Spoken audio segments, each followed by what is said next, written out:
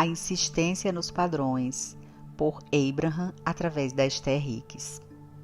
Temos observado muitos seres físicos tentando motivar outros. Sem dúvida, você também já viu isso, porque existe em grande parte empresários tentando motivar empregados, pais tentando motivar crianças, professores tentando motivar estudantes, vendedores tentando motivar os clientes a fazer compras. Em muitos casos, o que eles oferecem é um cenário negativo e esperam obter uma ação para resolver ou prevenir o problema.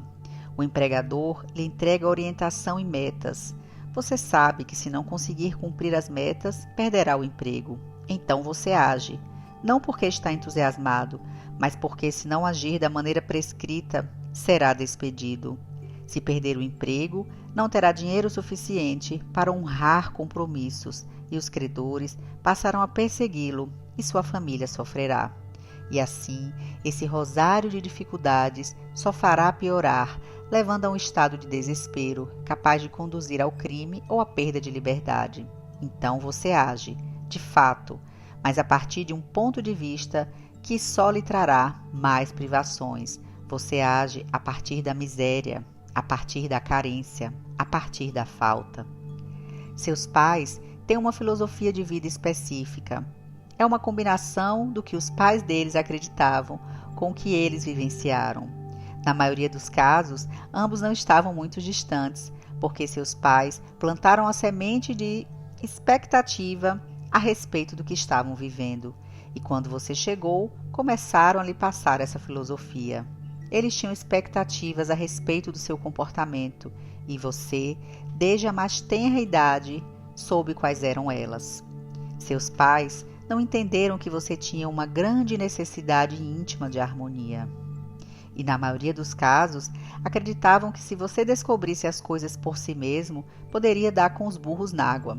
Assim, com a intenção de protegê-lo do que acreditavam ser errado, mal ou prejudicial, eles ofereceram orientação ou regras de comportamento. Se quebrasse uma delas, você colheria resultados negativos. Seus pais ficariam bravos ou desapontados e o puniriam. Assim, você modificava sua ação para moldar-se às regras ou para convencê-los de que estava seguindo. Portanto, não a partir da positiva necessidade de harmonia, mas de seu negativo conhecimento das repercussões que haveria caso saísse da linha.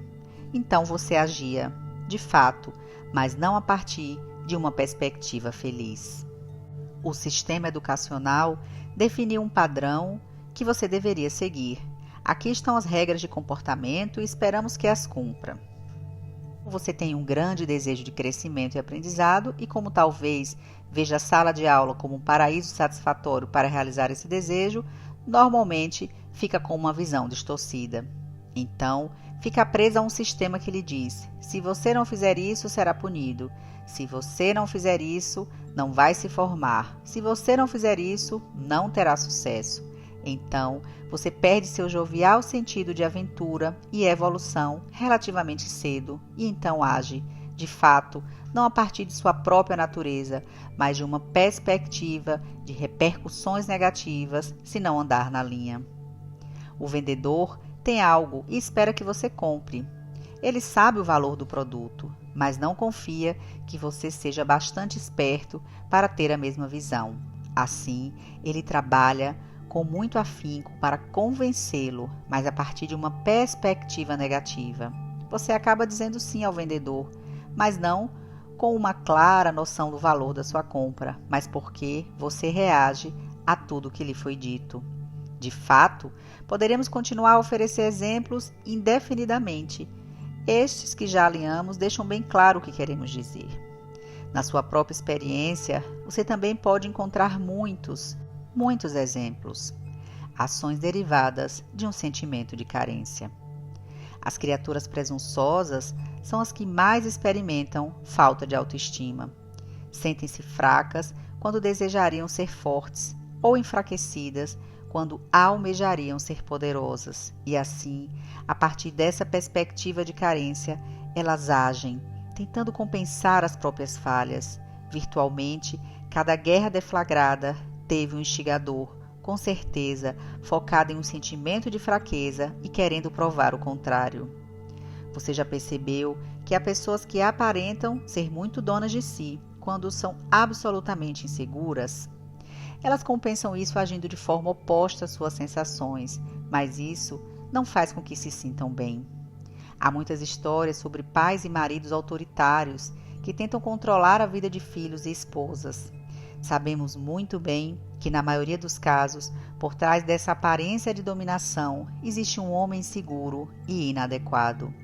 Sua tentativa de dominar não faz com que se sintam mais fortes, porque isso desafia a lei.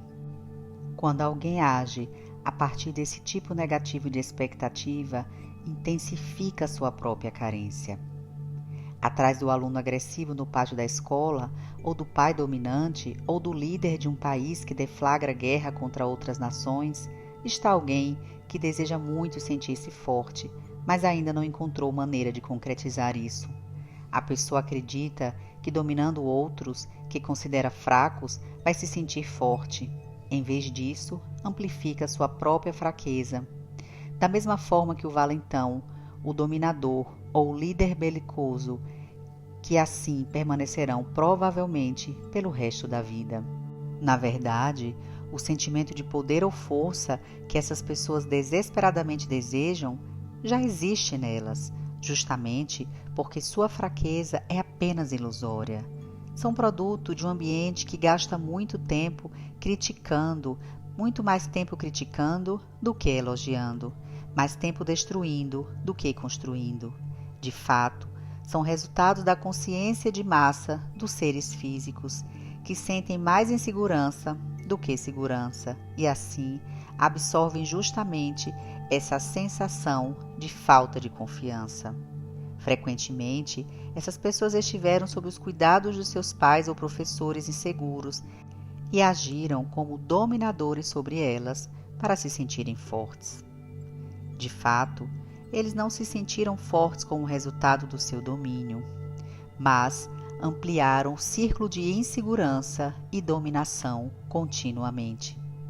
Você tem um poderoso desejo de estar bem, em segurança, de ter êxito e ser forte, e isso é, sem exceção, a partir da falta desses elementos na sua vida. A razão que fundamenta esse desejo tão forte é que inconscientemente você reconhece, de sua perspectiva interior, que realmente está bem, está seguro, faz sucesso e é forte. Ao contrário do que costuma acreditar, não tem necessidade de provar sua prosperidade, sua segurança, sucesso ou força. De fato, a tentativa de provar isso tem efeito contrário. Em sua mais íntima perspectiva, você está bem, é seguro, é bem-sucedido e é forte. E qualquer coisa menos do que isso é ilusória. São imagens falsas, criadas por seu pensamento ou crença.